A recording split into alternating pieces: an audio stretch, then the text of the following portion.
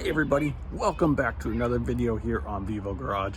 In today's video, we are working back on the 2010 Silverado 1500 and doing a little wire project. So, because we've kind of shifted focus into camping and stuff like that, there's a few things that I've noticed that I'd really like to have on my truck that is going to make things a little easier, and that's some external or exterior lighting. So we will be going over this project. This video may get broken out in a couple different episodes, just depends on how long it takes and all that, but yeah, let's see what happens. Stay tuned. So one of the first things I did was, you can see I wired in a second battery right here. I didn't film any of this. There's tons of stuff out on the internet and all that for that. This is one of my old deep cycle batteries from the travel trailer. The battery tested out good, the other one did not, so I got rid of that one, but this one here we're going to use and see how much more life we can get out of it, and down the road I'll replace it with something else. But I did run that, so I'll just go over the wiring real quick. What I did, I got one of these battery isolators. You can just see I just zip tied it in, but it connects into the starter battery, goes into that, and then runs across here and connects up to this battery here.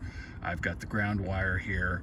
It's going to ground right up on this. I was going to go over to that ground strap here, but this one worked, so we're good. The way this isolator will work is it will keep the voltage going across the two at all times until this one is below 13.3 volts. Then it shuts this one off, so it can't draw this one down all the way. When it's getting, the truck's running, the alternator's charging it up, it will then charge the secondary battery up. So I wanted to have all the lights and stuff run off of this. So what I also did was I ran a 10 gauge wire. This goes inside the truck, and I know what you guys are saying, keep the hot outside into the firewall area, but I just didn't have the ability, and I'll go over that here in a second. So let me go get into all that. So we've got the other end of this 10 gauge wire coming here. It's going to connect up to this distribution block here, and then all the positive wiring are going to go out from here into this relay and fuse box. And what I was just mentioning, having all the hot in the in there, it's a rule of thumb, but this is such low amperage and all that, I'm really not too terribly concerned. I will be fusing that up at the battery, just so you know, FYI, I will fuse the main circuit. But this here is where all the relays, I'm only starting with 4 lights, and we'll go into those 4 lights here in a second. But this is going to get mounted underneath here. I feel it's a good spot. It's out of the weather, 1, it's out of the way, 2, and I just think it's a good central spot for where all the wiring and stuff is going to go. So the positives off of these relays will get fed to this. I've got a ground block that will take all the negatives off of these to go to, and then they'll get fused for the positives, will get fused for those, and then we'll have all that stuff. So I'll probably put up a wiring diagram just so you can kind of show the schematic of the build. It might make a little more sense, but just know that this relay fuse panel is going to live under here, and then we'll get everything fed. So next I'll show you the switch panel. All right, so here we got a little switch panel I got, and honestly this was probably the most challenging thing to figure out where I'm going to put this, and I'm still kind of struggling with it. I don't want to cut my truck up without being able to replace stuff easily if I do cut it, and the size of this thing is absolutely huge. So I originally wanted to put it up here and then just relocate these 2 switches down, you know, down below down here, but I think it's just not going to work. Plus the depth of how deep this thing is, I just don't know that that's going to work. This trim piece here is pretty easy to replace if I need to, and I just think it would have looked really good there, but unfortunately that's not going to be it. So my next thought was I would mount it on the A-pillar. So I bought a A-pillar with the gauge clusters, a 2 gauge cluster, and I thought, well, no, that'd be pretty good if I could mount them here. And then I got a battery meter that would hook up to the second battery so I could know its voltage, which would be kind of cool. But looking at the size of this thing, it's going to be massive on this, and I don't think that that's going to necessarily work. So what I was originally going to do was cut the A-pillar piece I bought up and then mold in some stuff so I could mount this in here and then put it there, but I just don't think it's going to work. Comment below what you guys think, any of that stuff. And then my third option is, well, it's kind of like a third and fourth option. I don't know how much I like it, either of them. Is to mount it on this panel right here. And I think I've got enough depth back here. This is just a single piece that's pretty easy to pull off and on. You can see there's plenty of depth. So you can imagine this going right here, like that, which might work, but I'm not sure.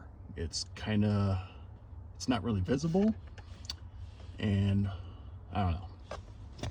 The fourth option, let's put this to the side, was to go right here. Just mount it right down there. Let me see if I can jam that in there enough to make it stick. So like this. I think it's out of the way, stealth and all that, but if I need to turn something on while I'm sitting in the seat, that makes it a little challenging. So I'm not going to decide on any of this yet, but wiring into this thing's pretty easy.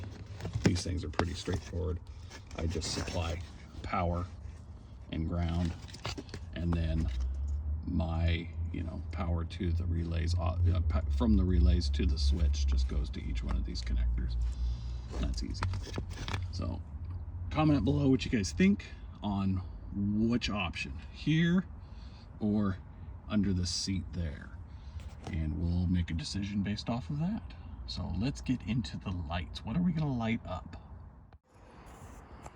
So one of the first lights I want to do isn't all that exciting. I think it more helps me when I'm backing up to the trailer at night. I'm putting in a LED light right here, and I'm hoping it's bright enough that it'll just kind of shine down in this area.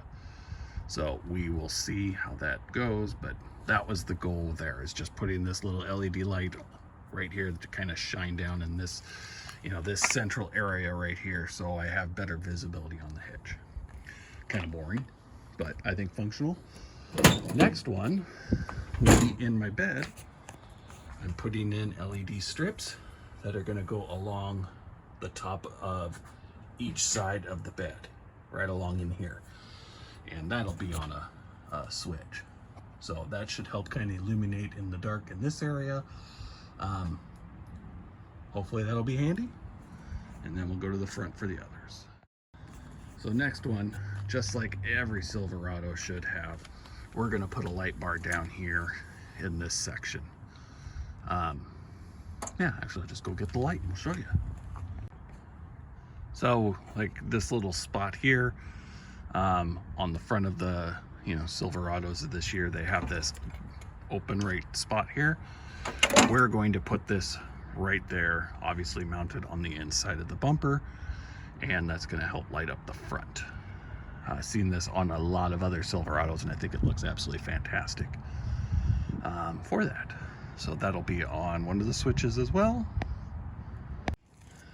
And then the last one, and this is a kind of an iffy one, we'll see if I do it or not, but I bought these little guys here for some ditch lights. I like the look of them. I just don't know how much I would use them or anything like that. So I got a set for each side, you know, one for each side, but I just don't know if I'm going to do it. Comment below what you guys think, if you like the look, if you don't, if you've done this, what you guys like about it, what you don't like about it, just kind of maybe some feedback on it. Another option was just kind of more for effects. It doesn't give me much functionality, but to put the rock lights in the wheel wells.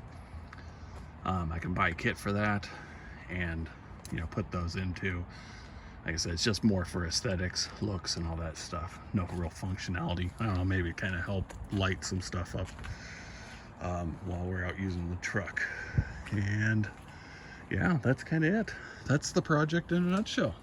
So we're definitely going to get the license plate light for the backup, you know, for when I'm doing my backup, just to help light it up. We're definitely getting the bed lights installed, and also the front light bar in the bumper area.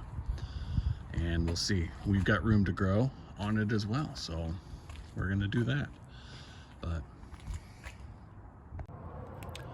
well, there we go. That's the new project on the Silverado. Hopefully it goes really good. I'm excited about at least 3 of the lights. Hopefully they work fantastic. The ditch lights, I'm not 100% sure, but they're cheap enough lights anyway. Oh, and I'm gonna put some of those lights on the back of the trailer too, on each back of the bumper, and then just kind of wire it on a manual switch, you know, either at the back of the bumper, you know, back of the trailer, or up at the front, just to help me kind of back up the trailer at nighttime if I'm doing that. It might piss off some fellow campers, I don't know. We'll find out. But it just gives me better visibility back there, or my spotter to have better visibility. But yeah, no, I'm gonna wrap this video up now. I'm done rambling, and thank you so much for watching, and consider subscribing if this, you know, truck interests you. I've got some other stuff potentially coming up on this truck I'm gonna do. And yeah, appreciate all the support I can get. And until next time, bye.